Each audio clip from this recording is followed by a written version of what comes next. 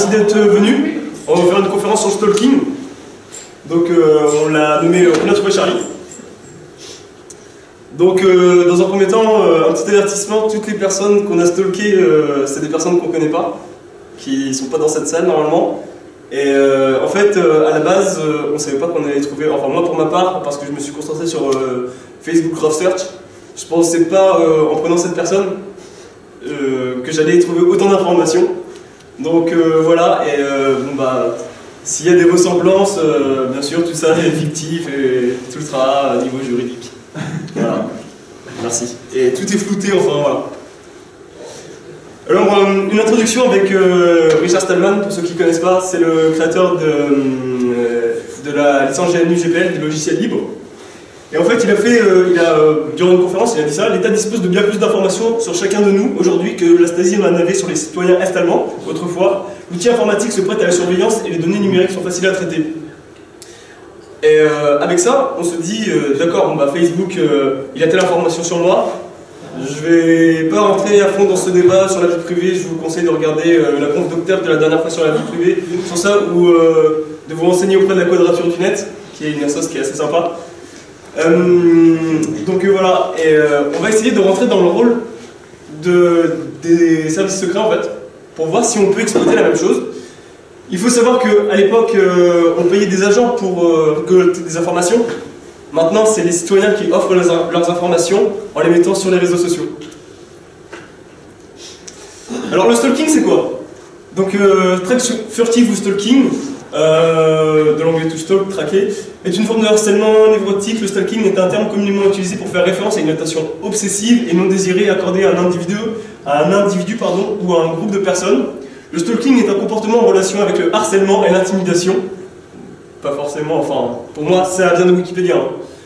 Et peut inclure le fait de suivre ou surveiller des victimes. Nous, on va se concentrer sur cette partie, sur la partie la plus rigolote. Donc voilà, on va se mettre dans la peau de 1617 et on va voir si on peut trouver des informations. Donc Graph Search. Graph Search, c'est une option qui a été créée par Facebook. Si vous mettez votre profil Facebook en langue américaine, vous allez pouvoir justement utiliser un moteur de recherche interne à Facebook. Ça veut dire que vous allez pouvoir trouver par exemple tout ce qui est en lien, toutes les données publiques d'une personne, qu'elle soit dans vos amis ou qu'elle soit extérieure de vos amis, enfin qui est utilisateur Facebook, vous allez pouvoir tout trouver sur lui. Je vais vous montrer des petits exemples. Alors en fait, à la base, Graph Search, c'est utilisé pour voir par exemple quels sont les amis qui ont les mêmes intérêts en commun et comme ça on va pouvoir parler de trucs cool.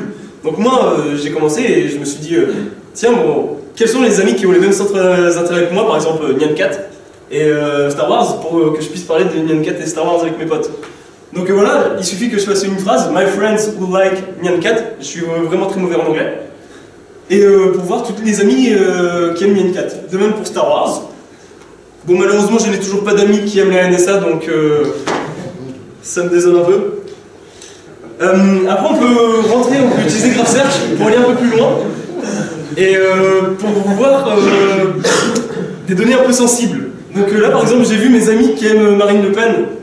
Moi qui ai une tête d'arabe, ça passe bien. Mais, j'ai oublié de dire dans l'avertissement, je ne fais aucun règlement de compte, je ne fais pas de distinction sur origine ethnique, orientation politique, orientation sexuelle, etc. Donc voilà, c'est juste un exemple parce que c'est un truc politique, c'est tout. Donc voilà, là déjà je sais que ces personnes, elles ont telle opinion politique. Je sais que ces personnes, les 9 amis que j'ai qui aiment Jackie Michel, bah, par exemple, si moi j'arrive à trouver ça, c'est des données publiques. Ils ont aimé la page Jackie Michel, donc en fait ils se retrouvent, tout ça c'est public. Un recruteur, je vais à un entretien d'embauche, la personne elle va vouloir peut-être se renseigner sur vous. Elle va arriver, elle va faire bon ben voilà, je vais voir les pages qu'a aimé telle personne. La personne a aimé Jackie Michel. Je suis pas sûr que ça fasse très corporate pour certaines entreprises. C'est que le recruteur il connaît aussi Jackie Michel. Pardon? C'est que le recruteur il connaît aussi. Oui c'est sûr, mais bon. Après, même pour l'orientation politique, ça va pas aider forcément. Enfin, c'est pas des choses forcément qu'on a envie de mettre en avant.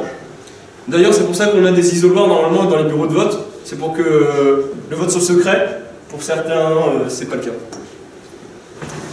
Donc après, on peut utiliser Graph Search pour aller plus loin et à des personnes qu'on connaît pas. Et pour faire des petites requêtes un peu rigolotes. Enfin, rigolotes. Ça fait surtout peur parce qu'on se dit que là, voilà, on est dans la position, par exemple, d'un gouvernement. Je suis une dictature. Je vais vouloir trouver des personnes que je veux condamner. Admettons, je suis le gouvernement iranien et je veux trouver toutes les personnes musulmanes qui habitent à Téhéran et qui sont homosexuelles, sachant que l'homosexualité est condamnée là-bas. Et ben je vais avoir un résultat avec plusieurs personnes. Alors déjà, moi, simple utilisateur, j'ai déjà un outil de surveillance rien qu'avec Graph Search. Sachant que les gouvernements après ils ont beaucoup plus de choses, parce qu'ils sont en lien, enfin Prism et tout ça, mais certaines grosses boîtes disent que ça n'existe pas, mais enfin bref. Voilà. Par exemple, vous visitez un site web, vous avez votre article, vous avez le bouton like qui est en bas des articles. Super cool. Comme ça, si vous voulez liker par exemple la page, c'est plus facile. Sauf que si vous êtes connecté à Facebook et que vous n'avez pas cliqué sur like, Facebook, lui, il voit directement que vous avez visité directement cette page web, même si vous n'avez pas cliqué sur le bouton like. De même, si vous n'êtes pas inscrit sur Facebook ou pas connecté sur Facebook, Facebook verra que telle adresse IP a visité cette page web. Peut-être que les gouvernements utilisent ça. Une autre requête un peu marrante, enfin marrante, les juifs qui aiment le bacon. Donc voilà, c'est pour ça qu'au début je vous ai dit que je ne fais pas de distinction sur origine ethnique, religion, etc. Donc voilà, il y a plein de requêtes similaires qui sont rigolotes que vous pouvez faire. Après, on peut utiliser le stalking pour des personnes qui sont en manque d'affection, on peut dire. Par exemple, des personnes qui sont célibataires. Moi, je suis un homme, donc je vais chercher des femmes, parce que voilà. Par exemple, je peux chercher les femmes célibataires qui étudient à l'université Pierre-Marie Curie, université où j'étudie également, et qui habitent à côté de chez moi. Donc là, je vais avoir une sorte, enfin, une liste de personnes, une liste de femmes célibataires qui étudient au même endroit que chez moi et qui habitent à côté. Et le pire, c'est que je vais avoir des informations. Par exemple, la première, je sais pas si on voit très bien, mais on voit qu'elle étudie la biotechnologie à l'université Pierre-Marie Curie. Ah, c'est super cool. Elle étudie aussi, enfin, elle regarde Desperate Housewives et Plus belle la vie. C'est des trucs qui peuvent être utilisés, par exemple, si je veux en faire ma cible potentielle. Je sais pas, je la croise par exemple dans les couloirs de l'UPMC, je fais à mon pote, hey, t'as vu l'épisode d'hier de Plus belle la vie, c'était super cool et tout. Enfin voilà, certaines personnes peuvent ajuster leur technique de drague avec ça. Donc avec Graph Search, on peut aussi faire une recherche avec l'âge. Donc si vous aimez les femmes mûres ou pas forcément, faites ce que vous voulez. Donc voilà, mais le pire, là voilà, j'ai une autre personne. La même chose, elle étudie à Pierre-Marie Curie, elle est intéressée par les hommes, c'est une femme, elle aime Maurice qui pousse le bouchon un peu trop loin. Bon, voilà. Et Dr House, mais surtout elle. Cette personne, elle est intéressante pourquoi? Parce que j'ai son âge, enfin, j'ai des informations d'avant, et je sais qu'elle travaille au restaurant Le Régal du Palais. Alors une personne malveillante, qu'est-ce qu'elle va faire? Bah, admettons, je la trouve super mignonne, je suis un pervers. Je suis un prédateur sexuel. Qu'est-ce que je vais faire? Bah déjà, je vais commencer à regarder tous ses hobbies, tout ce qu'elle regarde, enfin voilà. Je vais me renseigner le maximum sur elle. La personne, imaginons c'est un violeur, et bah qu'est-ce qu'il va faire? Il va se foutre devant le Régal du Palais, et puis il va surveiller. Ok, bon bah je la vois sortir, je la vois rentrer. Elle part à quelle heure? Elle part à cette heure-ci. Le mec il va rester, admettons, une semaine, hein, comme ça devant. Et par la suite, et bah, le jour où il voudra attaquer, bah, il pourra attaquer parce qu'il connaîtra exactement la vie de la personne. Ou alors s'il veut y aller plus gentiment, il peut prendre un petit resto là-bas et puis essayer de draguer la serveuse, si elle est serveuse. Alors avec ça, déjà on a l'impression d'être hyper puissant comme ce petit gamin, mais en fait, c'est que le début. Donc si vous voulez continuer, vous avez ce site web qui permet en fait qui rassemble plusieurs requêtes que je vous ai montrées, comme par exemple les hommes homosexuels qui habitent à Téhéran et tout, enfin. Et vous avez ce site web, en fait, c'est un article de la CNIL qui montre comment utiliser Graph Search et un petit tuto Graph Search rigolo. Donc j'ai pris une personne au pif, donc on va appeler cette personne Alice Croft. J'ai regardé les personnes en fait, qui ont travaillé dans telle entreprise. J'ai pris cette personne au hasard, voilà, c'est une femme, je sais qu'elle a un certain nombre d'années, qu'elle travaille à tel endroit, qu'elle a étudié à tel endroit pour le moment. Alors, en parcourant un peu son profil, je me suis rendu compte que son profil il était public et que beaucoup d'articles étaient publics en fait. Parmi ces articles, le 6 décembre, elle a fait un article, je souhaite une fête de Saint-Nicolas à tous les enfants que je connais, je vous ai parlé de l'orthographe, hein. En particulier à mon frère Bob, tous les prénoms sont changés évidemment, mes nièces Joséphine et Anaïs, mon neveu JP et mon filleul Nico. Bisous. Ok, donc on sait que si une personne aime ça, enfin c'est cool. Alors déjà on a une personne qui commente, on va l'appeler Eva Croft, parce que c'était le même nom. Elle dit merci pour eux, bise. Ah, ça a un lien sûrement avec cette famille. Alice Croft, bon, qui est elle fait de rien. Cool, on en a rien à foutre. Léa, alors Léa, elle dit merci pour elle, mais elle a pas du tout le même nom. Or, Léa en fait, elle avait le prénom de Anaïs. En fait, son nom c'était un nom à rallonge avec plusieurs prénoms. Peut-être pour, imaginons être, comment dire, ne pas se faire repérer sur internet. Donc c'était Léa Anaïs. Donc à partir de là, je savais pertinemment que c'était la mère d'Anaïs. Et ensuite, j'ai pu voir que en fait, Eva Croft, en allant sur son profil, eh ben, on pouvait remarquer que c'était d'une, la sœur d'Alice, et de deux, la mère de JP et Joséphine, puisque c'est sa sœur, donc forcément, ces gamins, eh Alice Croft, c'est la tante. Je vous accorde, c'est un peu difficile, mais on va aller plus en profondeur. Donc déjà, avec un seul poste, on a pas mal de trucs, on connaît pas mal de vies. Donc on sait déjà Alice, qu'elle a plusieurs sœurs, qu'elle a un frère, enfin, tout était listé. Alors, Bob Croft, qui est son frère, alors c'est un enfant d'environ 14 ans. Voilà, c'était l'une de ses photos. Alors, comme j'ai peur de lui et comme il est en mode Thug Life, je vais éviter de parler de lui parce que j'ai trop peur. Donc voilà. On va aller sur des profils plus intéressants. Alors Léa. Je vous accorde que ça a été un peu... là, je me suis dit, ouais, je suis le maître du monde, quoi. En fait, avec ce post, qui était aussi en public, hein, évidemment, ce soir je pense beaucoup à ma famille, papa, maman, mes sœurs et frères, ils me manquent trop, j'aimerais les voir, les serrer dans mes bras, je vous aime, vous me manquez, j'aimerais tant que la distance s'arrête. C'est trop bien. Moi aussi vous me manquez, donc forcément on sait que Alice, on a la confirmation que c'est sa sœur. Là, une personne qui dit Allah, etc. Enfin voilà. Rodolphe Osef, ouais, enfin, c'est une personne qui est inintéressante pour ce poste. Je veux dire, je fais toujours pas de distinction sur les religions et tout. Hein. C'est juste que c'est une personne qui est inintéressante pour le moment sur la famille. Elle n'a pas de lien avec la famille. On a Rodolphe Croft qui dit encore les larmes qui coulent tout seul, mais bon, c'est de ma faute. Ok. Alice Croft, le passé est loin maintenant, papa. Ah, Rodolphe Croft, on sait que c'est le père. Ça, c'est cool. Le principal, c'est qu'on s'entend super bien et on a une belle petite famille, il manque plus que moi. Lol. Ok, bon, on en a rien à foutre. Léa, pourquoi tu dis que c'est de ta faute, papa? Non, c'est passé maintenant, faut oublier, même si je sais que ce n'est pas toujours facile, etc.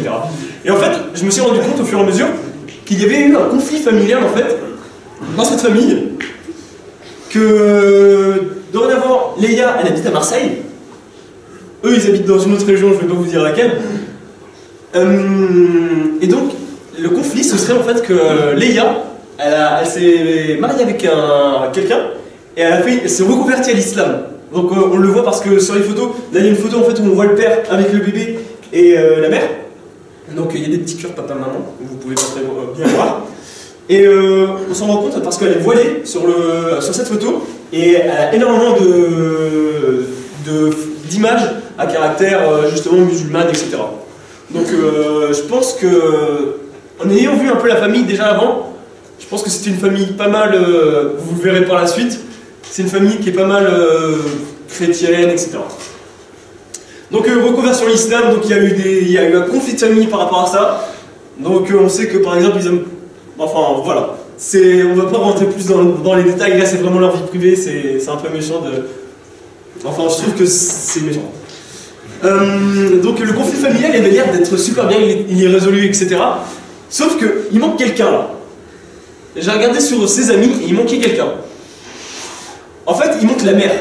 Là on a Bob qui était le frère, on a le père, on a la sœur et on a la deuxième sœur. Et on a vu auparavant dans un des posts qu'en fait il y avait une mère. Et cette mère, comme par hasard, c'était la seule à ne pas être présente dans les amis de cette personne. Donc je pense que toute la famille doit être super contente, sauf la mère qui doit pas trop accepter encore. Alors si on continue sur Léa, on voit que ça se passe super bien avec le père parce qu'en fait elle est super sympa, elle a partagé le lien de la carte de visite que son père a créé sur Vistaprint. Donc on va déjà avoir une information sur le métier du père et ainsi que la relation père-fille. Alors si on va dessus, on sait que les DJ sont pères, alors c'est super cool. On a un numéro de téléphone, on a une adresse mail et on sait qu'il fait tous les événements. Vous épargnez les photos de la personne, ça allait faire un peu DJ, voilà. Mais donc voilà. Alors Eva Croft qui est une sœur d'Alice, Alice qui est la base, il y aura à la fin un arbre généalogique pour plus se repérer. Donc si je fais photo of Eva, son profil il était un peu privé, mais en fait si on fait photo of Eva avec Craft Search, on va pouvoir retrouver toutes les photos publiques qu'a uploadé la personne. Donc on a déjà une liste pas mal. Sur cette photo, qui était en public, on voit la mère, Eva, avec sa fille, Joséphine, qui n'a toujours pas Facebook, mais elle a quand même tagué. Alors, qu'est-ce qu'on apprend sur Eva? On apprend que c'est la mère de Joséphine, qu'elle a un ego surdimensionné parce que en fait, elle poste une photo, et puis elle dit « Trop belle ma chérie d'amour », c'est la première à commenter, enfin voilà. Elle a même liké son profil, mais je ne voulais pas montrer. Belle photo, ma puce et ma fille, merci maman, bisous. Mireille, c'est la mère. Donc là, on a la confirmation que Mireille n'était pas auparavant dans les amis de Léa, et donc qu'il y a sûrement un conflit avec Mireille. Merci maman, bisous, ok. Waouh, qu'est-ce que vous avez changé? Enfin, ça c'est une pote, on n'en a rien à faire. Merci les filles, et oui, Joseph, on a bien changé, lol, et Joséphine a bien grandi. Ok, non mais j'ai halluciné et tout. Oui, c'est clair, et moi aussi, j'ai bien changé, t'inquiète, lol, et oui, le petit bébé a 4 ans. Ok, bah, on va avoir une information, c'est que Joséphine a 4 ans. En plus, ça continue de parler, et Eva va dire oui, on voit qu'on vieillit quand les enfants grandissent, lol, mais bon, moi je me sens encore jeune, tant mieux pour toi. Et ensuite, elle dit ah ouais, c'est sûr, même moi que 23, donc ça va encore. Et Eva, moi 25 ans, lol, et je me marie en juillet. Alors, avec une photo qui a été en public, je vais avoir l'âge de Joséphine, l'âge d'Eva, et je sais que Eva se marie en juillet. Si vous voulez peut-être qu'on se ramène dans son mariage, on pourra peut-être voir. Sur Eva, qu'est-ce qu'on apprend sur elle? On connaît son lieu de travail actuel, son lieu de travail précédent. Donc la même chose si vous voulez harceler une personne comme on a vu, comme l'exemple que je vous ai donné tout à l'heure avec la fille de l'UPMC. On sait qu'elle a étudié dans tel lycée, dans tel collège. On sait qu'elle a habité à tel endroit, qu'elle est née à tel endroit, et qu'elle est avec quelqu'un, le copain d'Eva.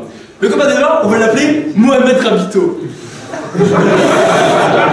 Je sais pas pourquoi, mais j'avais envie de l'appeler Mohamed Rabito. Alors qu'est-ce qu'on apprend sur lui? On apprend que c'est un biker, parce qu'en fait il a une veste un peu en mode Hells Angel et tout. Donc il a le crâne rasé, et il a son nom ici, et là il y a le logo du club, enfin voilà. Il a énormément de tatouages. On apprend qu'il est routier, qu'il habite à tel endroit, qu'il est né à tel endroit, enfin voilà. Et surtout, on apprend qu'il est routier, mais on apprend qu'il est routier dans telle entreprise, donc c'est cool. Alors Mohamed Rabito, j'ai fait le truc sur Glove Search, j'ai écrit les pages, je vais vous faire un magnifique accent, pages liked by Mohamed Rabito. On trouve des jolis trucs. Vous allez comprendre pourquoi je l'ai appelé Mohamed. Alors SOS français, donc ok. La France, ok. Le sexe c'est comme le logiciel, c'est mieux, enfin voilà. Marine Le Pen, donc ok, on connaît déjà son orientation politique. Cuisine portugaise, alors peut-être, s'il aime ça, peut-être que, je sais pas, il avait, enfin là je l'ai appelé Rabito, mais il avait un nom un peu à connotation portugaise, enfin à connotation sud, portugais, enfin j'en sais rien. S'il aime cuisine portugaise, peut-être qu'il a des origines portugaises. Peut-être que ça va me servir à rien, mais j'en sais rien, mieux vaut avoir plus d'informations que pas assez d'informations. Top truc à essayer, le saviez-vous, version tatouage. Il aime énormément de tatouages, et on a vu qu'il avait des tatouages, donc déjà on peut reconnaître ses signes distinctifs. Et les pires photos embarrassantes 18+. Ça c'est cool. Alors qu'est-ce qu'il aime d'autre, Mohamed Rabito? Il aime un sex shop. C'est vrai que c'est super professionnel si une personne l'espionne. Français défend ton pays. Alors je vous assure, j'ai regardé la page, c'était assez cool. Bracelets originaux, j'en ai rien à faire. Légion 88, alors pour ceux qui connaissent pas Légion 88, ils ont fait ce genre de musique. Casser du bougnoul, Légion 88. Vous comprenez pourquoi je l'ai appelé Mohamed. Donc voilà. Ça, c'est, je vous assure, je connaissais pas du tout cette famille. Et quand je suis tombé sur cette personne, j'ai fait... C'est un signe que que je devais réussir cette conf. Alors, ce qu'on peut voir d'autre, Mohamed Rabito, on peut faire Events Joined By. Donc ça veut dire tous les événements auxquels a participé ou va participer la personne. Donc Events Joined By la personne. Je sais qu'il a fait la pétition contre le droit de vote des étrangers. Ok. Et qu'il est allé au salon de la moto de Pécancourt. Bon, c'était en 2013, hein. Donc c'est des anciens trucs. Mais vous pouvez faire Events au lieu de mettre Join, auquel il a été invité. Donc vous pouvez savoir à peu près ses amis ce qu'il lui envoie comme invitation, et donc avoir un peu d'informations sur lui aussi. Et je ne l'ai pas mis, mais il y avait des trucs assez la France aux Français et tout, enfin voilà. Alors là, voilà. Les photos qui ont été likées par Mohamed Rabito. En fait, il faut savoir que vous, quand il y a une photo par exemple sur une page web, enfin sur une page Facebook, etc., et que vous mettez un like, comme la page elle est publique, votre like il va être public. Donc ça veut dire que moi j'ai fait les photos qui ont été aimées par Mohamed Rabito, je tombe sur ça. Alors on peut me dire peut-être que c'est un montage, j'ai fait aucun montage, je vous assure, hein, il a bien aimé ça. Il aime aussi ce genre de photos. Alors on a vu qu'il était routier, donc on voit qu'il aime bien la culture aussi. Donc voilà, là déjà on a pas mal, on a un bon client je pense. Alors Mireille qui est à la mer, donc on a son lieu de travail actuel, elle travaille à l'AFTI. On a une énorme photo où en fait elle était avec Mohamed Rabito, etc. Pardon. Alors toutes les photos publiques que Mireille a commentées. Alors aussi une personne, si vous voulez trouver les photos d'une personne, mais qu'elle n'est pas identifiée dessus. C'est un bon moyen ça. Photo que telle personne a commentée, ça vous permet en fait de voir les personnes, bon déjà d'une ce qu'elle va aimer, c'est comme les likes, hein, on va voir un peu ce qu'elle aime. On va voir un autre truc, c'est que par exemple une photo où elle va être taguée et où elle refuse le tag, et bah elle par exemple elle va commenter, elle va faire ah non je suis trop moche. Et il n'y a pas eu de tag, mais vous pouvez voir la photo parce qu'elle est en public où elle a été partagée par ses amis. Et une photo qu'elle se dit ouais je suis protégée parce que bah, j'ai pas été tagué dessus. Bah, en revanche comme elle a commenté on va pouvoir trouver des choses. Alors j'ai cliqué sur une photo. Donc c'est Alice, sa fille, qui lui a envoyé ça. Joyeux anniversaire maman, 44 ans. Donc on apprend quelque chose encore, bah, c'est que Mireille a 44 ans et on lui souhaite un joyeux anniversaire en retard. Un joyeux anniversaire pour Mireille s'il vous plaît. Merci beaucoup. Un grand merci ma fille, de rien maman, on t'aime maman, enfin voilà, ce genre de conneries. Alors, Rodolphe. Rodolphe c'est le père qu'on a vu tout à l'heure. Alors les pages que Rodolphe aime, alors lui aussi il est motard. Alors il aime sexy and hot woman, ça c'est cool. J'ai regardé la page un peu, il y a des photos voilà. Dizaine faux Elias, voilà, je connais pas, mais en fait c'est un mec qui fait des dessins pornographiques à limite. Sonevente.com, on sait qu'il achète l'art, donc on a vu qu'il était DJ. Donc peut-être qu'en faisant un peu de social engineering et en voyant un peu sa vie, on pourra peut-être, sachant qu'on avait aussi son mail sur la carte de visite, peut-être qu'il a créé son compte sur Sonevente avec ce mail, et peut-être qu'il a mis un mot de passe bidon comme password ou un 2, 3, 4, 5, 6, ou le nom de son chien ou je ne sais quoi. Donc à garder, peut-être qu'on peut trouver des trucs intéressants avec ça. Il aime tel parti politique, il aime les pompes à bière qui rosent la bière à domicile, tant mieux s'il veut faire des soirées, je veux bien être invité. Et il aime J'ai honte de mon président. Toujours pour des entretiens d'embauche. Je prends des entretiens d'embauche hein, parce que moi je suis jeune, perso, si une personne regarde mon profil pour voir est-ce qu'on l'embauche ou pas et qu'il tombe sur ce genre de truc, je pense pas que je vais être forcément embauché. Alors Rodolphe, j'ai regardé aussi les photos qu'il a commentées et on tombe sur quelqu'un qu'on va appeler Octave McFly. Pensez à Octave. Alors, Octave, c'est une personne très âgée. Mais il a Facebook. Alors, Octave, oui, mais c'est dur. Je comprends pas, peut-être qu'un commentaire a été supprimé. T'inquiète pas plus, tu iras, ça va aller, enfin voilà. Tu as trouvé ce que je t'ai mis, papa, Rodolphe qui a commandé ça. Alors, au départ, je me suis dit, ok, c'est le père de Rodolphe. Sauf que Rodolphe, il a le nom de Croft. Alors, pourquoi Rodolphe Croft aurait un père qui s'appelle Octave McFly? J'ai continué. Vivement qu'on se retrouve tous chez toi, papa. J'attends depuis longtemps à connaître ma belle-sœur, enfin voilà. Et Osef, une personne dit « Ah, Mireille vous ressemble. Mireille vous ressemble. » Ah, mais peut-être que en fait, c'est le père de Mireille. Et donc que Mireille, son nom à la base, ce serait McFly. Ça veut dire que j'ai le nom de jeune fille de Mireille. Cool. Bon, Rodolphe l'aurait appelé papa parce que c'est son beau-père. Je pense. Pour l'instant, c'est la théorie que j'ai. Donc on sait que Octave, eh bien, c'est le père de Mireille. Donc le grand-père. On sait qu'il habite à Reims. Alors, avec ça, si on cherche Octave McFly sur Google Reims, on trouve directement son numéro de téléphone et son adresse, si vous voulez lui passer une petite visite. Après, on peut se demander, est-ce que Mireille, comme il est originaire de Reims, est-ce que Mireille a fait sa formation auparavant à Reims? Est-ce qu'elle vient de Reims? Peut-être qu'on pourra trouver des informations sur elle. Alors, en résumé, on a 4 générations. 4 générations sur Facebook. En quoi? En 3-4 heures, j'ai pu trouver tout ça. Bon, je vous avoue, j'ai commencé à 13-14 heures, j'ai fini à 2 h du mat la première fois, mais c'est parce que vous savez, faire du floutage sur GIMP, c'est très éprouvant. Donc en fait, j'ai fait plus de temps à flouter qu'autre chose. Donc on apprend que Octave McFly, donc c'est le père de Mireille. Mireille s'est mariée avec Rodolphe, ils ont fait un mariage. Suite à ce mariage, ils ont eu plusieurs enfants, Bob Croft, ainsi qu'Alice Croft, ainsi qu'Eva Croft. Eva Croft qui va se marier avec Mohamed Rabito. Suite à ce futur mariage, ils ont eu JP et Joséphine. Et on a Leia Croft qui, suite à un différent, ne s'appelle plus Croft, ou peut-être s'appelle Croft dans son vrai nom, qui a donné naissance à une fille qui s'appelle Anaïs. Donc voilà, rien qu'avec Facebook, on trouve ça. 4 générations sur Facebook, là j'ai fait waouh. Là, merci Mark Zuckerberg. Alors comment se protéger? J'avoue qu'en voyant ça fait peur. Se protéger, bah, ça va être très simple. C'est faites gaffe à ce que vous likez comme page, réellement.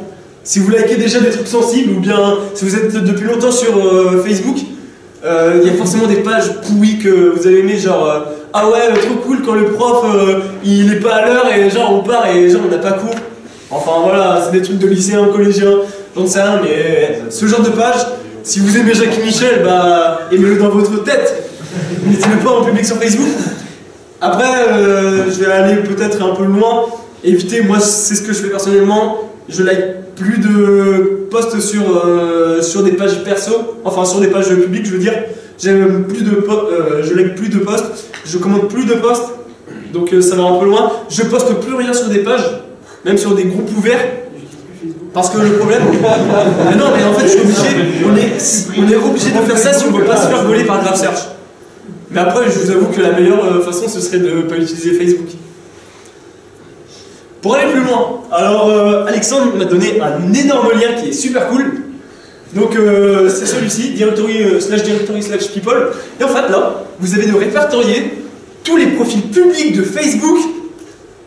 Mais même si vous n'êtes pas logué, même si vous n'avez pas de compte Facebook, vous allez sur ce truc, vous faites search, vous mettez par exemple le nom, et là, vous allez voir si son profil est Facebook, vous aurez accès à son profil, même si vous n'avez pas Facebook.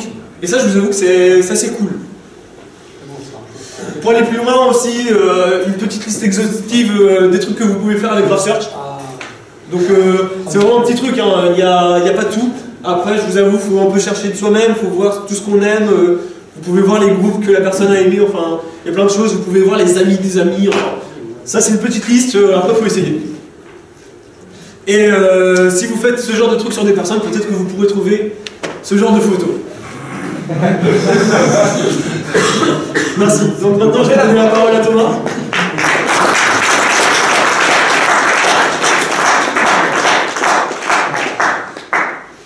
Merci Sylvain. On va passer à la deuxième présentation, donc la présentation de Maltego. Est-ce que quelqu'un dans la salle connaît Maltego? Même de nom? Ok, parfait. Alors en fait, on a vu avec Sylvain, c'était une méthode avec Graph Search, donc sur Facebook.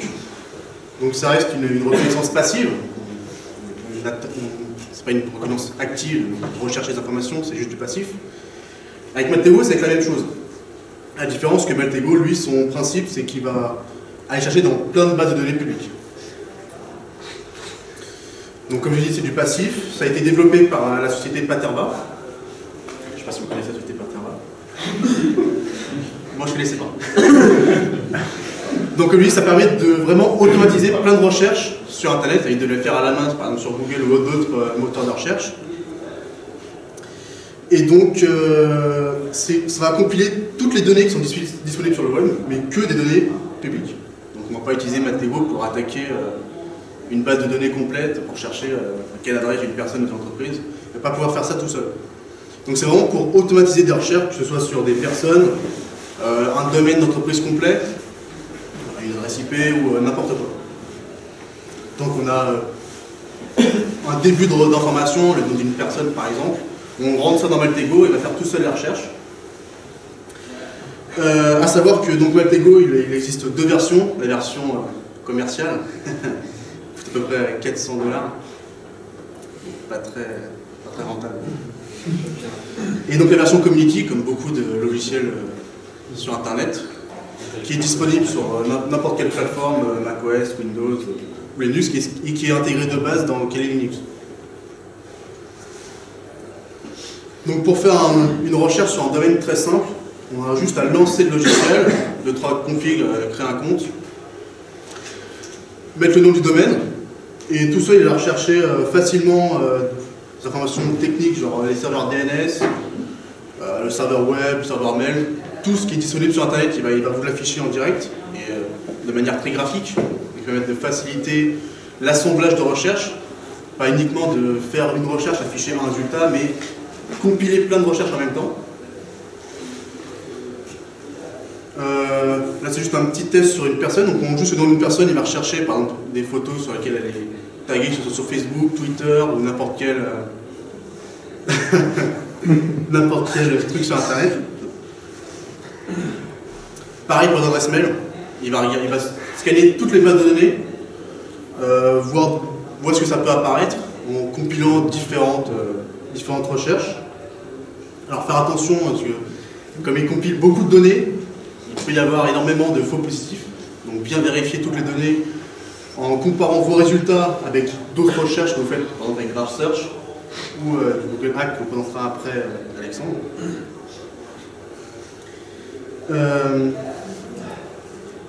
Donc j'ai utilisé Maltego pour compléter l'information qu'a trouvé Sylvain. Donc, par exemple sur Alicecroft, on trouve des données sur BankExam ou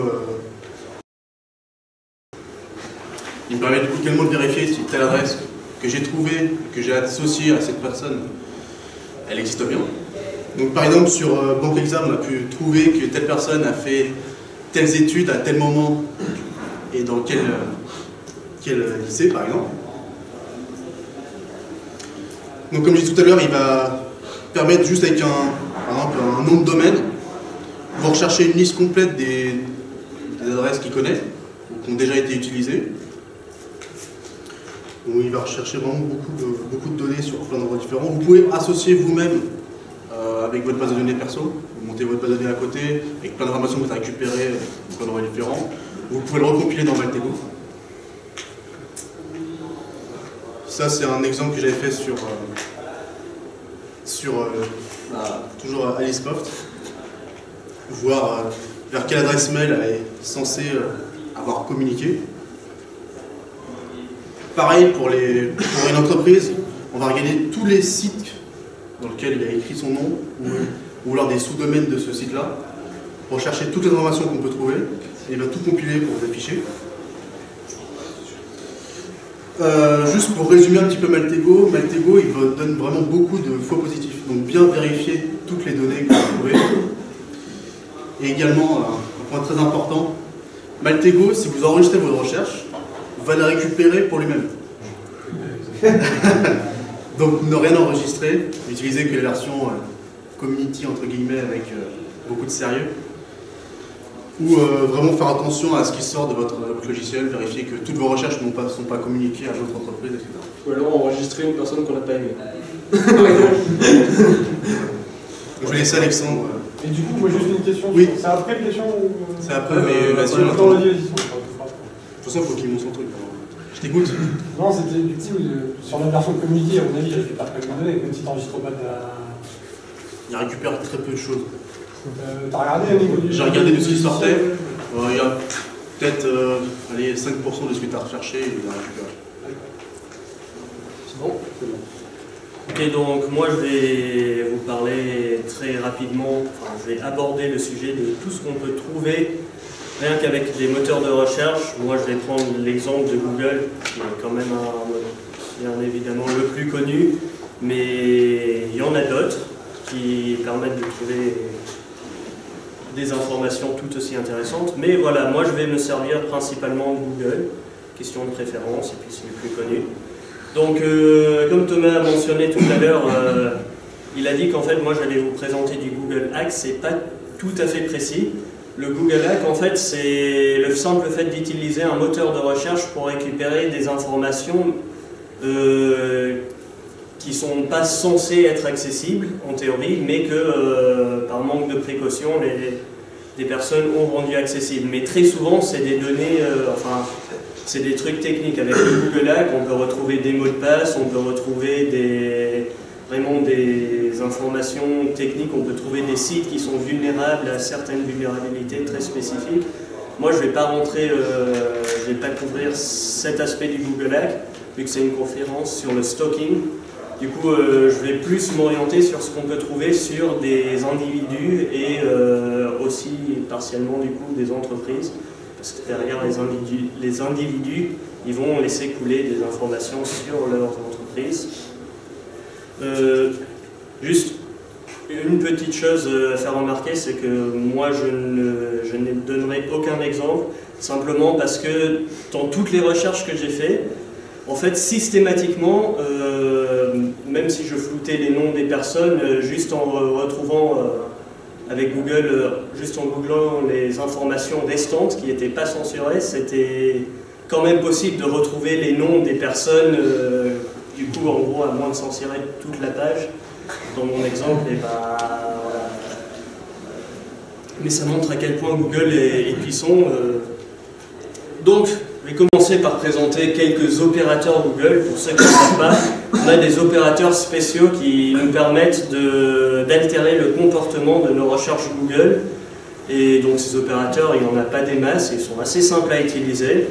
Le tout premier, FileType, comme son nom l'indique, en fait, ça va juste dire à Google, je veux trouver un fichier de ce type. Donc, si tu veux trouver que des fichiers PDF, tu mets FileType .pdf et Google va renvoyer que des fichiers PDF. Si tu veux trouver que des fichiers Excel, pareil, XLS. Et puis, souvent, ce sont des fichiers sur lesquels on aura beaucoup d'informations. Le deuxième opérateur, site, ça va être le même mode d'utilisation, site, et le nom du domaine. Et du coup, Google il va renvoyer des résultats qui appartiennent uniquement à ce site-là. In URL, donc ça va permettre de dire, voilà, je veux que forcément dans mon URL, il y ait tel terme. Et voilà, donc ça, encore une fois, ça peut être assez utile s'il y a énormément de sites, par exemple, qui ont dans l'URL, sur des forums quand vous regardez, ou des réseaux sociaux, quand vous regardez le profil de quelqu'un, on retrouve très souvent le pseudo de la personne dans l'URL de son profil. Donc si vous cherchez une personne qui a un pseudo particulier, on peut très facilement souvent retrouver ses profils sur des sites juste en utilisant in URL et son profil, enfin et son pseudo. Et le dernier opérateur, ça va être le OU. Celui-là, j'ai l'impression qu'il n'y a pas énormément de monde qui s'en sert, mais moi je l'aime beaucoup, simplement parce que ça... En fait, ce que ça fait, on peut mettre entre parenthèses un certain nombre de termes, et puis on met soit le pipe, soit carrément le mot OR en majuscule. Ça a exactement le même effet. Et du coup, en fait, ça va dire, c'est presque un mot exclusif, c'est prenez les sites dont le résultat est soit ça, soit ça, soit ça. Donc ça peut être très intéressant. Par exemple, on va voir, allez, je passe à la slide suivante, où je mets des exemples. Le premier exemple illustre parfaitement la raison pour laquelle j'aime beaucoup l'opérateur OU. Je mets entre parenthèses pseudo ou nom, sachant que le pseudo, c'est le pseudo de la personne, et son nom, c'est son nom réel. Du coup, j'ai pas besoin de faire des recherches différentes pour me dire ok, là je vais chercher tant de sites, je vais faire une recherche et puis je vais faire la recherche avec le nom de la personne, voir si je trouve des trucs. Et puis, à manque de peau, j'ai rien trouvé, je vais refaire la même recherche une deuxième fois avec le pseudo de la personne. Là, il n'y a pas besoin, ça raccourcit beaucoup plus, sachant que moi, quand je fais des requêtes de ce type, il n'y a souvent pas que nom, pseudo, mais plein de paramètres que je veux chercher. En gros, ça me permet de faire une espèce de gros filtrage sur tout ce que je veux chercher en une seule requête, et en évitant de faire 36 000 requêtes pour au final avoir juste quelques informations. Donc là, la première requête, qu'est-ce que ça va faire? Donc j'ai déjà dit, ça va renvoyer que des résultats qui ne contiennent soit le pseudo de la personne, soit son nom. Et à côté, j'ai mis centre d'intérêt, donc ça peut être des centres d'intérêt qu'on a récupérés via Maltego, sur Facebook, on a déjà vu le profil de la personne, on sait qui on est en train de stocker, et puis du coup on connaît ses intérêts. Après, si ça se trouve, il est présent sur des forums, des trucs comme ça. Admettons que moi j'ai déjà son nom, son pseudo, je sais ce qui l'intéresse, j'ai envie de trouver des détails plus précis sur lui, j'ai envie de voir sa présence sur Internet. Une simple recherche comme ça, par exemple, moi mon intérêt c'est, je vais dire, du piano. Ok, je mets mon nom, mon pseudo, et à côté je mets piano, et puis bim, je peux direct retrouver que j'ai fait un concert de piano il y a tant d'années, sachant que quand on recherche mon nom de base sur Google, on ne tombe pas du tout sur moi. Mais une recherche comme ça permet de filtrer très rapidement et de retrouver des informations beaucoup plus ciblées. La deuxième requête qui est aussi intéressante, alors ça j'aime beaucoup, FileType PDF ou XLS, c'est souvent les deux types de fichiers qui contiennent des tonnes d'informations. Généralement, ça va être des organismes ou des entreprises qui vont leaker ce type de fichiers, qui vont les rendre publics sans faire exprès généralement. Ou bien, ça peut être exprès aussi, mais donc après tu peux te faire une longue liste. Donc tu mets le nom, le prénom de ta personne, et du coup tu sais que tu vas avoir le nom de la personne dans ta liste.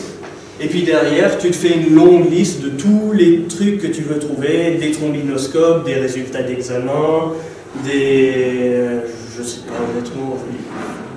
À la base, j'avais fait une longue liste, mais elle faisait 3 lignes la requête d'origine, du coup là je l'ai coupée, mais en gros, plein de paramètres, tous les types de fichiers rendus publics qui peuvent être intéressants à voir, qui contiendraient des informations sur la personne.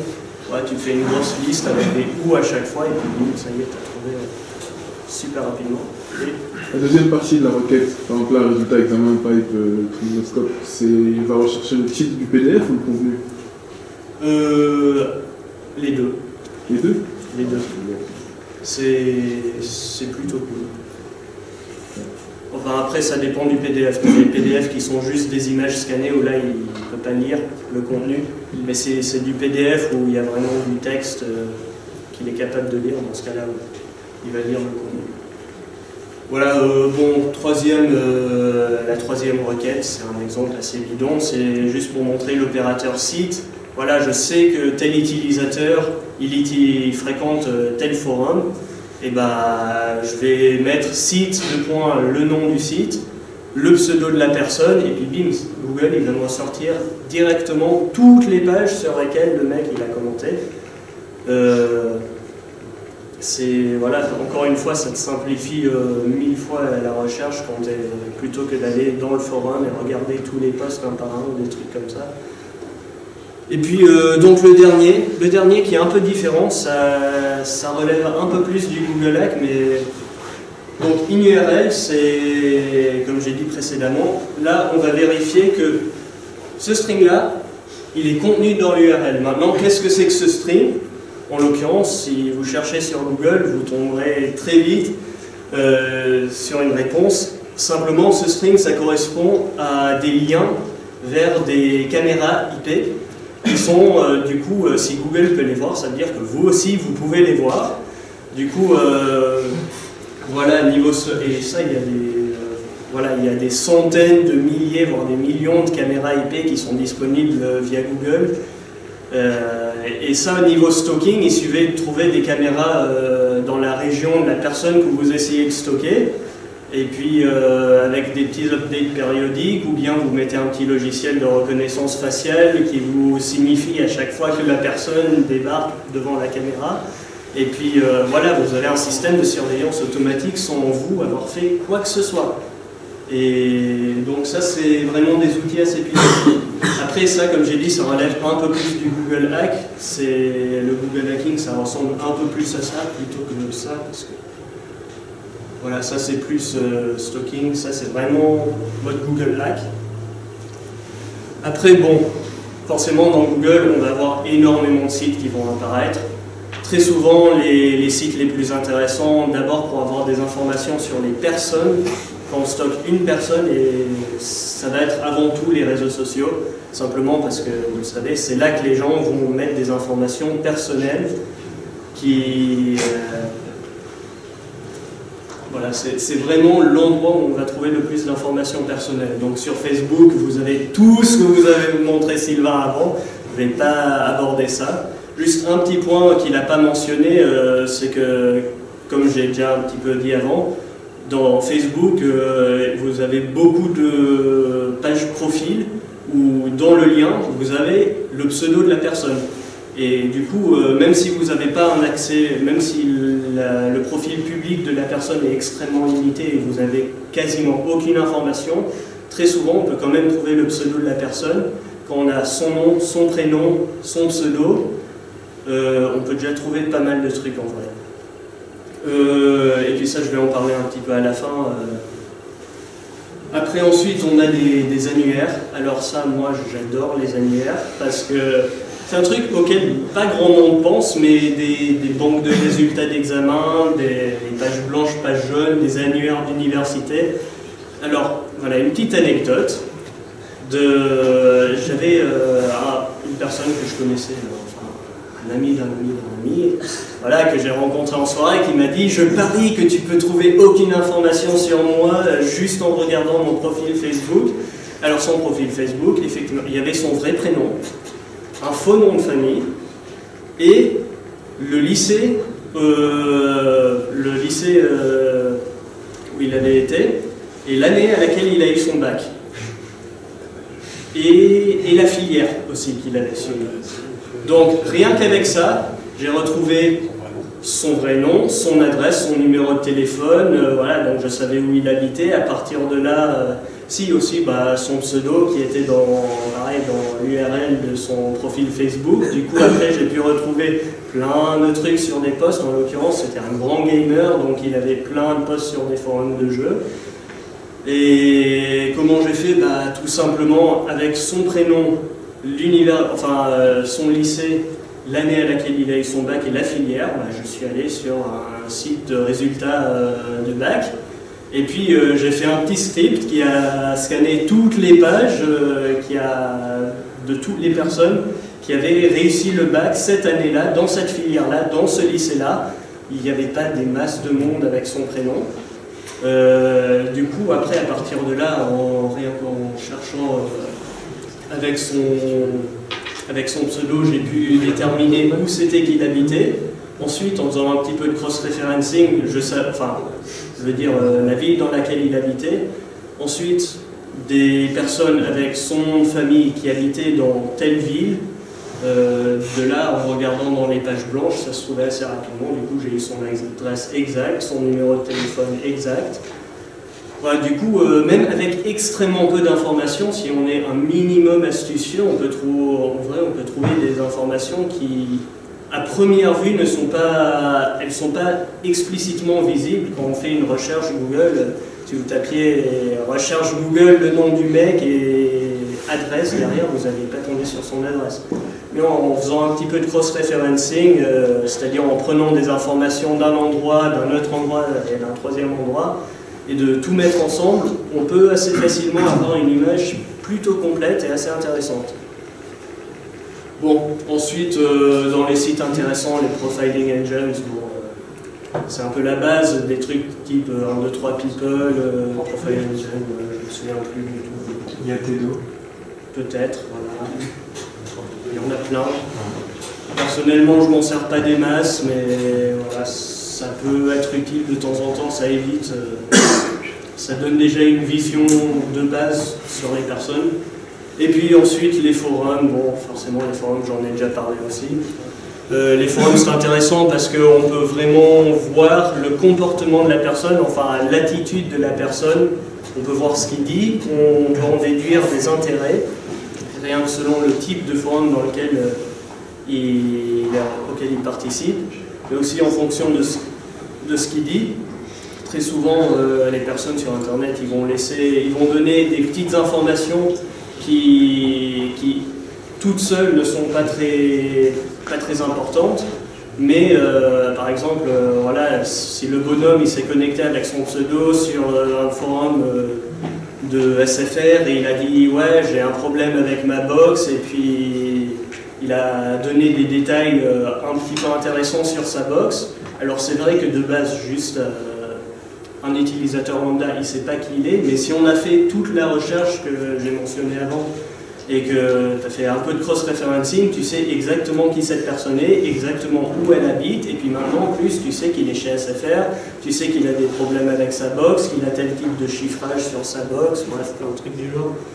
Du coup après ça peut permettre de faire des attaques vraiment ciblées au niveau des personnes.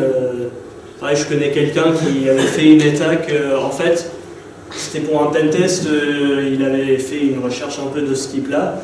Il avait retrouvé comme ça une personne qui travaillait dans la boîte et puis qui aimait collectionner des timbres.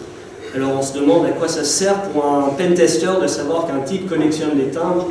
Bah, tout simplement, après il a pris le téléphone, forcément, et puis voilà, il a appelé il a appelé à son bureau pour lui dire salut, moi aussi je suis collectionneur de timbres, est-ce que ça t'intéresserait d'échanger des timbres, viens voir sur mon site, sachant qu'il avait aussi fait une étude préalable sur les browsers, sur les navigateurs de l'entreprise. Ensuite, le mec il s'est connecté sur le site du pentester en se disant ah c'est cool, c'est super, je pourrais échanger des timbres. Donc de peu, il y avait un exploit type drive-by. Et puis du coup, le pentester il a pu rentrer sur le réseau d'entreprise juste parce qu'il savait qu'un mec s'intéressait aux timbres, et puis il a exploité ça.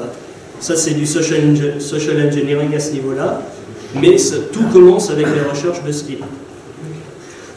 Les images. J'adore les images.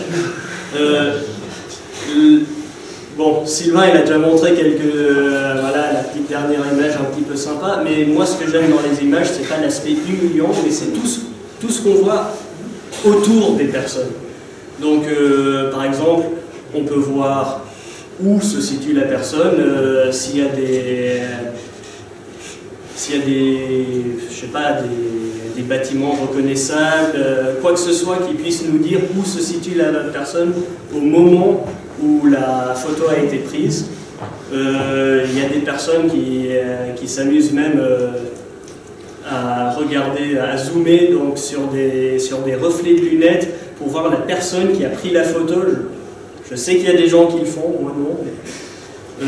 Enfin bref, il y a des gens qui font des trucs assez extrêmes, pareil, après maintenant avec les technologies d'aujourd'hui, il y a des gouvernements qui ont des technologies pour analyser des photos, qui vont analyser tout l'environnement de la photo en fait pour déterminer le lieu exact où a été prise la photo, donc super rapidement, et puis après ensuite le situer d'une manière, enfin le géolocaliser, l'endroit où la photo a été prise, rien qu'avec l'image proprement dite.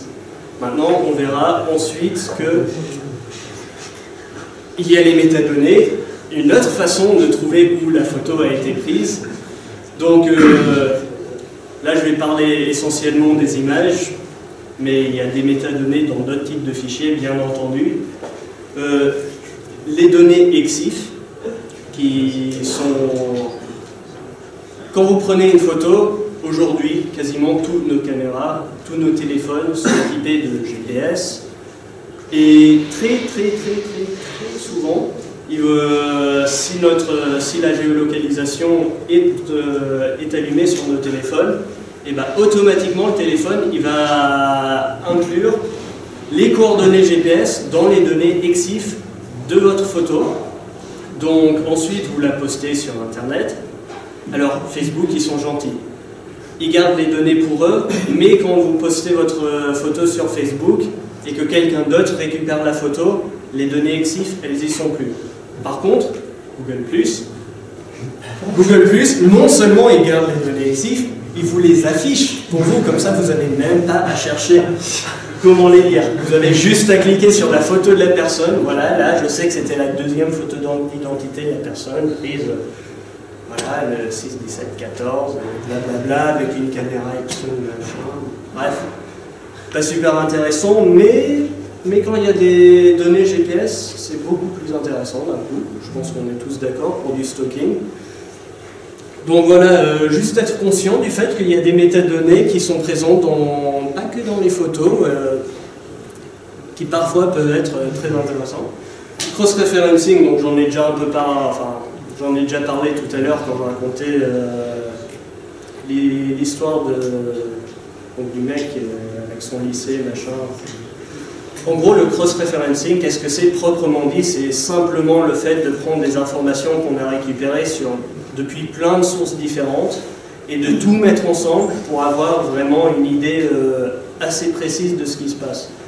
Je vais prendre un autre exemple de cross-referencing. En fait, c'était un mec qui avait trompé sa copine,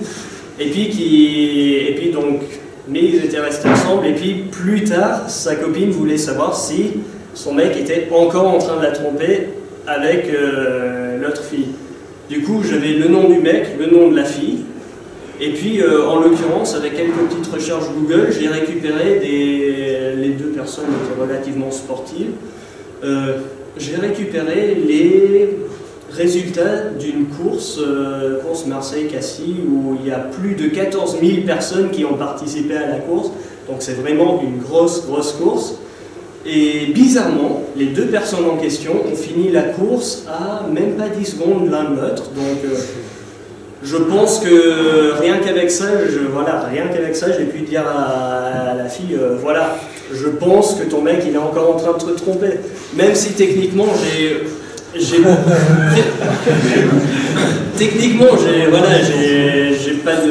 les ai pas pris en flag ni quoi que ce soit. J'ai pas une photo pour prouver qu'ils étaient en train de faire ce qu'ils étaient en train de faire. Très vraisemblablement.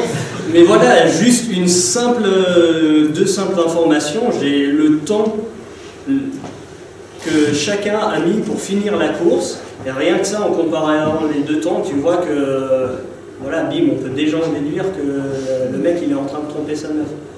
Du coup, quand vous regardez toutes les données que vous laissez sur Internet et que vous vous dites que, notamment des gouvernements qui ont les moyens d'analyser toutes ces données assez rapidement, s'ils le veulent, et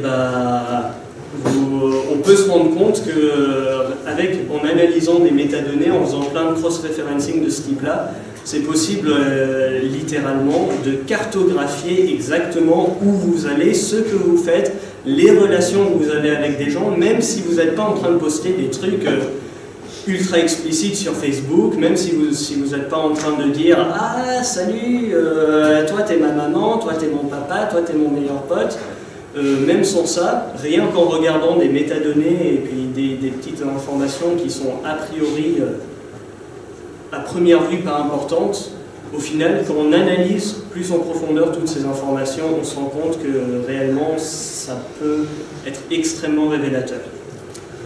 Voilà, c'est à peu près tout pour moi. Voilà. Du coup,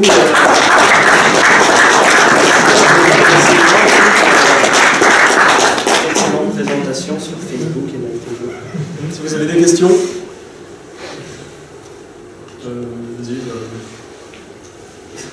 Vas-y. Moi, c'était plus quand vous faites les recherches, comment vous faites pour être aussi anonyme, entre guillemets, parce que si tu recherches des trucs sur des gens pendant 3 mois, Qu'est-ce qu'il dit Google, il dit pas attends, mais lui là, l'adresse IP, machin. Qu'est-ce qu'ils en ont à faire Google, qu'est-ce qu'ils en ont à faire? D'accord. Et puis je pense que la personne, si elle veut porter plainte, si elle veut rechercher, Google, avant qu'il donne les données, enfin je sais pas.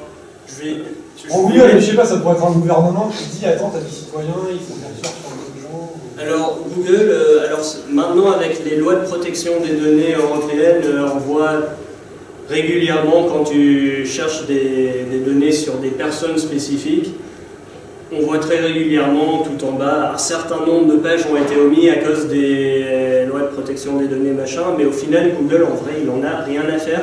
Et non seulement Google ne va pas t'empêcher d'essayer de trouver des données sur des personnes, limite, plus tu cherches d'informations sur la personne, plus Google va mettre en valeur les résultats qui concernent cette personne. Je le sais par expérience, à moi tout seul, j'ai déjà fait remonter les noms de plusieurs personnes qui n'étaient pas du tout connues. Et puis maintenant, quand j'ai repris leur nom pour... du coup, à la base, c'était pour récupérer des exemples de stalking que j'avais fait auparavant sur demande.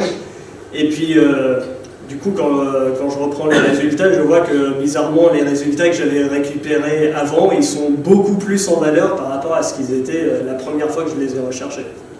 Après, par rapport à la loi qu'il a dit justement sur les directives européennes, etc., il faut savoir que Google a été condamné, c'était par la CNIL, enfin un ensemble de trucs comme des CNIL. Et si vous voulez maintenant, en fait, vous allez pouvoir dire à Google, voilà, ce site, j'ai plus envie qu'il soit indexé sur moi, ça me porte préjudice. Ok, Google va le faire. Mais pour tous les Google qui seront en Union Européenne. En revanche, si moi, par exemple, je vais essayer de vous stalker avec un Google US, ben, je vais retrouver le résultat. Donc voilà, si vous voulez stalker aussi via Google, utilisez une version de Google en dehors de l'Union Européenne ou utilisez un vrai moteur de recherche comme DuckDuckGo qui regroupe plusieurs moteurs de recherche. Je fais la pub pour DuckDuckGo, qui est anonyme en plus.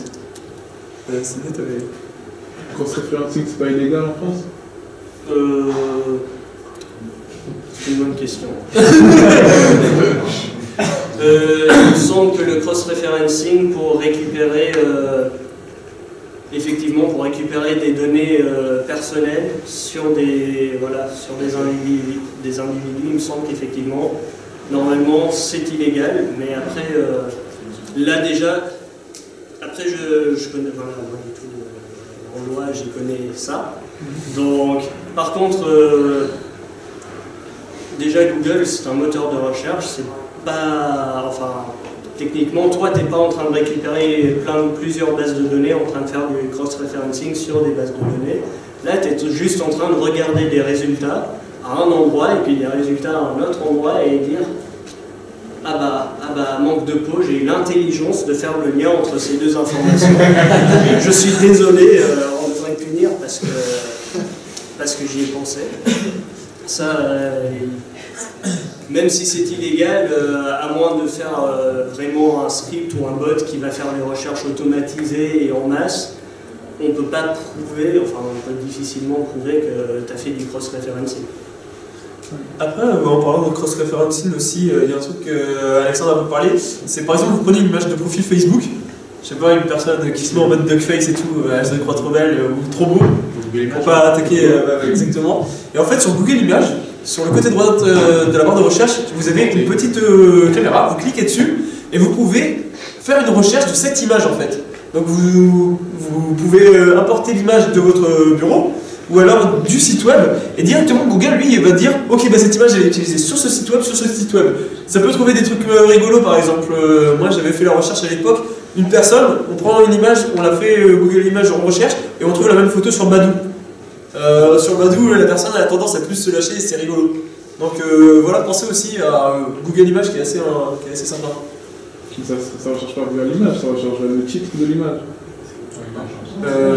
Reconnaissance par image. Je crois que c'est reconnaissance par image. Par rapport aux couleurs. C'est par rapport aux couleurs. Si tu mets une couleur, si tu mets une personne nue, tu vas tomber sur des images où toutes les personnes sont nues. C'est une reconnaissance par les couleurs.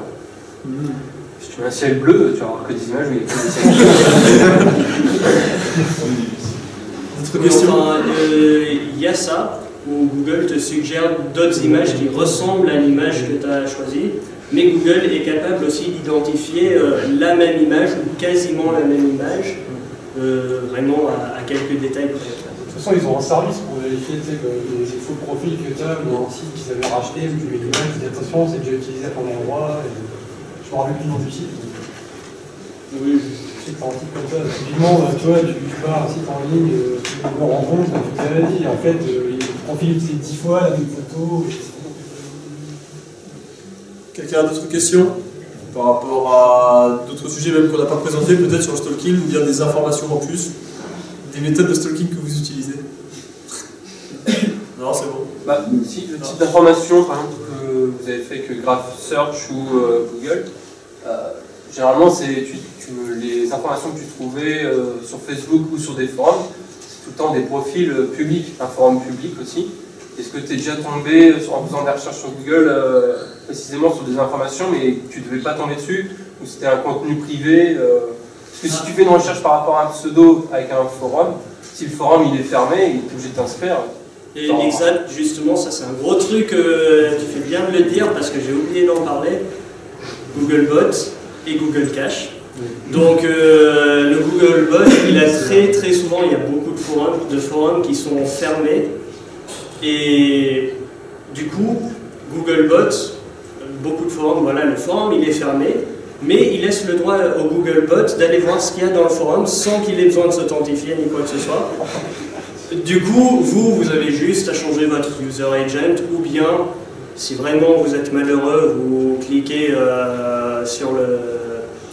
dans Google, il vous laisse l'option de voir le cache qu'a fait le Googlebot du site, du coup ça revient à peu près au même. D'ailleurs, il y a même un opérateur cache de points pour voir justement donc, les caches des sites que vous cherchez. Et donc déjà ça c'est une technique pour voir ce qui se passe dans des forums qui sont normalement fermés et où il y a besoin de s'authentifier.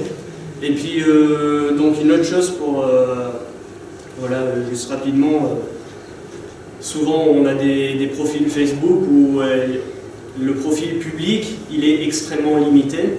Sauf que, simplement, juste pour dire, une fois qu'on a fait une bonne petite recherche, on connaît les intérêts de la personne, on sait à peu près qui sont ses amis, on peut assez facilement voir s'il y a un ami ou quelqu'un qui connaît, qui n'est pas dans sa liste d'amis, tu crées un nouveau profil en tant que la personne, un petit peu de stalking de cette autre personne, usurpation d'identité, tu débarques, tu dis « Hey, salut, on est potes !»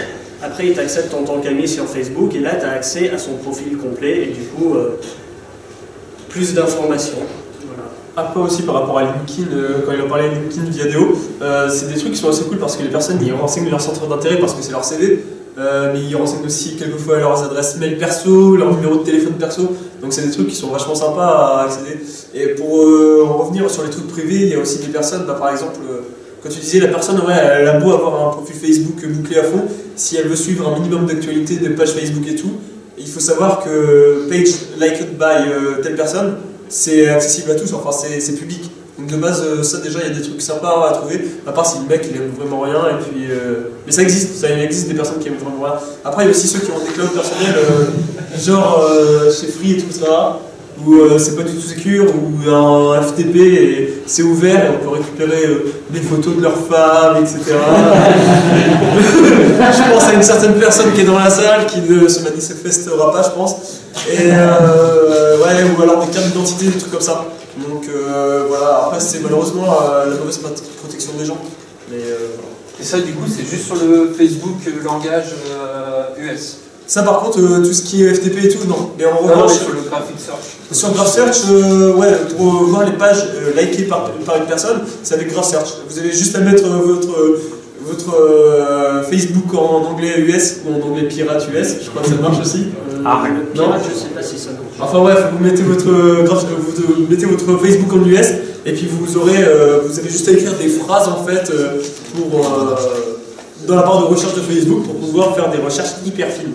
Et même, là je ne l'ai pas montré, mais avec justement des limites d'âge exactement précises, des religions, des opinions politiques, des lieux de résidence, des lieux de naissance, enfin, vous pouvez même faire des informations croisées aussi avec Graph Search en fait.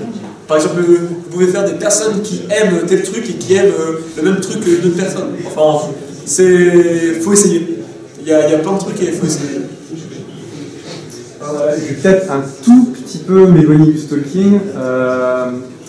Imaginons qu'avec un petit Google Hack, etc., on arrive sur une page avec des informations, on télécharge quelques fichiers qui sont accessibles. Alors vous pouvez répondre, vous pouvez répondre, c'est un peu... vous pouvez donc vous télécharger donc, ces fichiers, vous vous dites tiens, je vais remonter dans l'arborescence, et vous vous rendez compte que là, il y a une authentification à faire. Tu veux dire que tu étais censé faire une authentification pour récupérer les fichiers que tu as déjà récupérés? C'est ça. Alors, il me semble qu'à partir du moment où tu te rends compte qu'il est censé y avoir une authentification, tu ne peux pas, enfin, t'es pas sans, en gros, tu serais obligé d'effacer les fichiers sur ton disque dur et dire oh là là, j'ai rien vu. Et de plus jamais repartir sur des pages où tu sais qu'il est censé y avoir une authentification. Mais voilà, après, une fois de plus, moi et le droit. On a eu l'affaire avec une certaine personne, on ne citera pas, je pense, un journaliste. Mais voilà, enfin, Google Hack en France, c'est pas trop conseillé. Enfin, après, la personne a fait forcément des trucs qu'il fallait peut-être pas faire à mon avis, mais. C'est une grande gueule. C'était le truc que je voulais dire, mais bon. Donc voilà. Mais ouais, c'est des trucs. Après, si c'est indexé par Google et que c'est en accès libre, on n'est pas censé savoir. Bah, le site est fautif et la personne qui a accès Les deux. qui a eu accès. Au niveau de la loi, logiquement, les deux. Mais voilà. Et en France, tu désignes un truc, on t'envoie en prison. D'autres questions en sécurité. Pardon? Il dit surtout si t'es en sécurité, on va dire attends. Donc, faut faire gaffe avec ça. Moi j'avais une dernière question, c'est est-ce que vous avez testé avec les API par exemple de Facebook, des choses comme ça, ou des fois avec l'API tu peux faire des trucs Non du tout, moi je suis resté avec GraphSearch parce que GraphSearch est déjà hyper méga puissant. Enfin, vous avez pu voir, je pense, c'est pas, je m'attendais pas du tout à pouvoir reprendre 4 générations.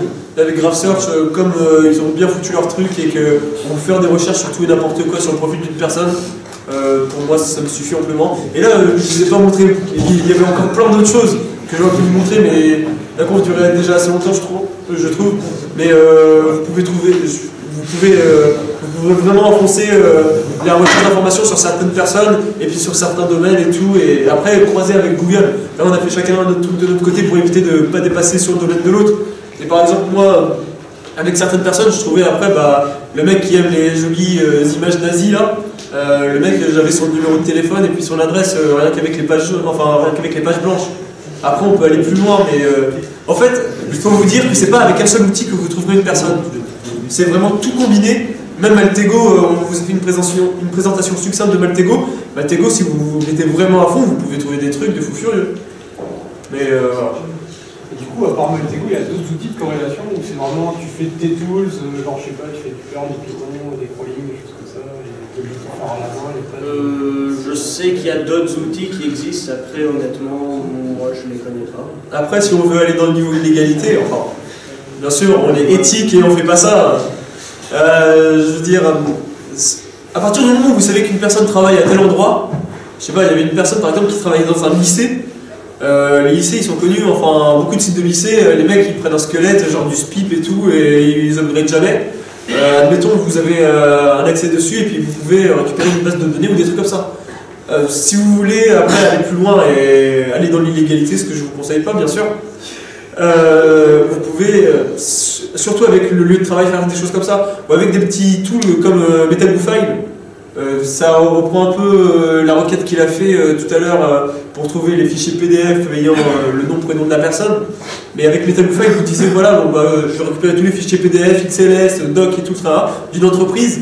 Et MetaGoFile va vous résumer tout ça. Et vous, après, vous avez juste à suivre les trucs et peut-être vous trouverez des trucs intéressants sur des collègues. Les collègues sont hyper importants aussi. D'où l'importance de LinkedIn et de Viadeo. Je vous conseille aussi, sur LinkedIn, malheureusement, on peut se faire voir. Parce que si vous visitez le profil de quelqu'un, on vous verra, à part si vous êtes en compte premium, il me semble. Mais ouais, et donc avec ça, vous pouvez voir par exemple les personnes qui travaillent dans la même boîte avec un autre tout, je me rappelle plus comment ça s'appelle. Je vous le dirai peut-être après, si je m'en souviens. Mais vous pouvez dire, voilà, je veux chercher toutes les personnes qui travaillent dans cette entreprise et qui sont sur LinkedIn ou bien sur Facebook. Donc je me rappelle plus le nom du tout si quelqu'un le connaît, enfin c'est un tool qui est incorporé à Kali. Mais c'est Harvester, il me semble, The Harvester. Non. Si c'est The Harvester, il me semble. Donc avec The Harvester, vous pouvez trouver ça. Vous mettez -d, un truc comme ça, ouais, le domaine en fait du site que vous recherchez avec -b, quel truc, genre vous voulez un LinkedIn, vous voulez un Facebook, et puis ça vous liste toutes les personnes qui bossent dans l'entreprise et qui ont un profil LinkedIn, un profil Facebook et tout. Donc c'est sûr, si la personne travaille dans une petite PME, ça aide aussi, quoi. Et voilà. Il y a des outils pour se protéger quand même? Non. Tu es en train de te protéger contre Facebook, Google, en gros, la protection c'est leur donne pas tes informations. Parce qu'après c'est sur internet. Après la meilleure protection que je peux donner, c'est les protections que je disais aussi sur Facebook, mais pour les autres trucs sur internet, vous avez fait des conneries étant jeune, enfin. Moi je sais que par exemple à l'époque j'avais signé une pétition sur un site voilà, pour une cause X ou Y quoi. Et donc on m'indexait directement, quand on tapait mon nom et mon prénom, on trouvait que j'avais signé cette pétition. Il faut savoir qu'en France on a de la chance d'avoir la loi de la CNIL de 78, la LCE et tout ça, de 2004. Et avec ça vous avez le droit de suppression ou de modification de vos données personnelles. Donc n'hésitez pas s'il y a des sites qui vous dérangent à leur envoyer un mail ou en contact ou une lettre. Peu importe, il y a des sites qui le font, qui respectent la règle du jeu, d'autres moins, et vous leur envoyez un truc, voilà, ce truc qui me gêne, j'ai envie de supprimer ce que j'avais écrit. Et les mecs, moi ça m'est arrivé sur des petits sites, ils disent ok, pas de problème. Après, si vous vous attaquez à Google, je ne sais qui, c'est sûr, vous aurez un peu plus de mal. Il faut faire aussi de la désinformation aussi sur tout ce qui est en ligne. Pardon ? La désinformation. Ah oui, ouais, c'est sûr, créer du faux contenu sur soi-même, mais en essayant de faire du faux contenu cool. Moi je sais que par exemple avec mon nom prénom qui est normalement pas commun, il y a un mec qui est footballeur et tout ça, donc ça arrive à noyer un peu la masse. Mais il y a des entreprises qui sont spécialisées dans ça, dans l'e-réputation. Et il faut savoir que les entreprises ont été hyper conscientes, les grosses boîtes ont été hyper conscientes de tous les commentaires sur Google, les réseaux sociaux et tout, négatifs. Et maintenant il y a des boîtes où en fait ce qu'ils font, ils font que des faux avis ou bien que des trucs jolis avec des arcs-en-ciel, des licornes et tout, montrent des bisounours. Et voilà pour monter justement la réputation d'une boîte ou d'une personne. Vous pouvez le faire pour une personne, mais si vous avez de l'argent, bien sûr. Si vous amusez sur Google, vous pouvez trouver des super avis sur la chaîne. Si vous avez des parties. Sur la politique, moi j'en ai parlé avec le droit que j'aurai peut-être l'année prochaine. Ils avaient demandé aussi, et ici ils sont rattachés à Thales, ce qui avait été dit, c'est de ne pas en parler justement. Si les ça, je dois parler aussi de. Pendant à peu près 2 mois, la rentrée 2013, tu tapais AFI et tu avais 3 premières pages sur Google Classroom et trucs comme ça. Là, ça y est encore. 10 avis. Ça y est encore. T'avais des noms, t'avais pas mal, ils sont toujours. Google cache le garde. Google, c'était direct au début. Ouais, mais Google cache le garde, donc voilà. Je peux rajouter juste bien sûr, Google Cache. Pardon. Si vous créez un profil sur Viadeo, LinkedIn ou Badoo, etc., et qu'il est toujours disponible dans le cache de Google, il y a une option dans Google qui permet de supprimer le lien, le cache de Google. Et j'ai déjà fait plusieurs fois et ça supprime le lien. C'est uniquement pour l'Union Européenne ou bien partout dans le monde? Je sais pas. Tu le fais à partir de Google, donc c'est partout. Et juste une chose aussi pour se protéger de Facebook, par exemple tu disais, une fois qu'on est logué sur Facebook, on va sur plusieurs sites où il y a des petits plugins like Facebook. Il existe un plugin Ghostery qui permet de bloquer tous ces boutons-là.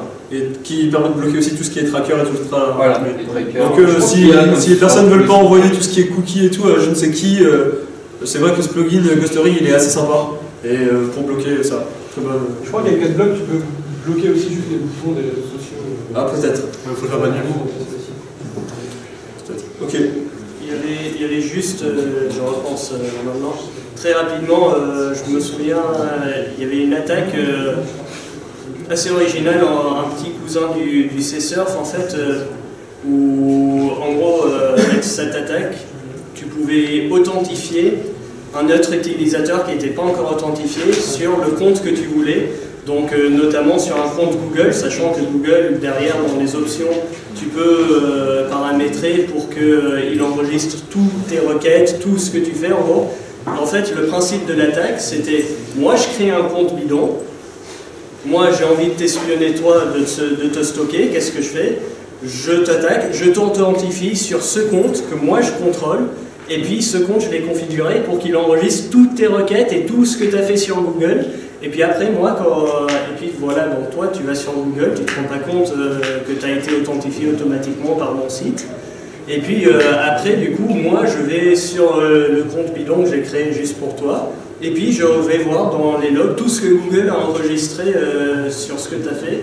Puis voilà, à savoir que pendant un bon bout de temps, Google, YouTube, quasiment tous les sites étaient vulnérables à ça. Maintenant, c'est plus le cas, mais voilà, je trouvais que c'était une technique intéressante, et puis sachant qu'il doit quand même y avoir des sites pour lesquels c'est faisable.